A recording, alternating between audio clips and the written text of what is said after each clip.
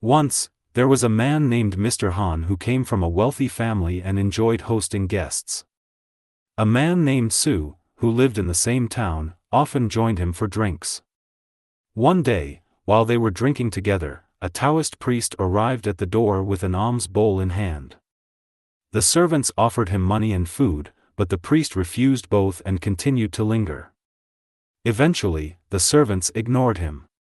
Hearing the persistent sound of the priest knocking his bowl, Mr. Han asked his servants what was going on.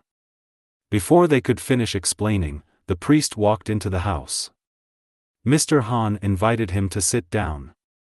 The priest bowed to both men and took a seat. When asked about himself, the priest explained that he lived in an old, run-down temple east of the town. Mr. Han expressed regret for not hearing about the priest's arrival sooner so that he could offer proper hospitality. The priest replied that he had only recently arrived and had no friends in town but had heard of Mr. Han's jovial nature and wished to share a drink with him. Mr. Han ordered wine, and the priest proved to be a heavy drinker. However, Su looked down on him because of his shabby appearance, while Mr. Han excused it as a traveler's hardship. After drinking more than 20 large cups, the priest left, though he began returning frequently, especially during feasts or parties. Eventually, even Mr. Han grew tired of the priest. One day, Su jokingly said, "You enjoy being a guest so much, why don't you host us sometime instead?" The priest replied, "I'm no different from you, just a mouth to feed." Embarrassed, Su had no comeback.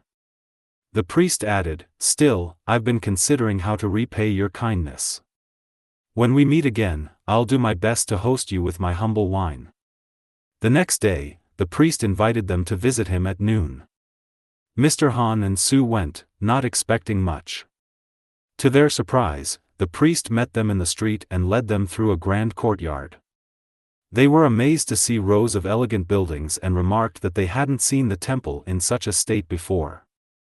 The priest explained that the renovations had been completed recently. Inside, they found a luxuriously decorated room, rivaling the homes of the wealthy. Their respect for the priest grew. Soon, young boys dressed in embroidered coats and red shoes served them delicious food and wine. The table was later adorned with rare fruits displayed in dishes of crystal and jade, whose brilliance lit up the room. During the feast, the priest called out, "Bring in the she-sisters." A boy went out, and moments later, two beautiful young women entered.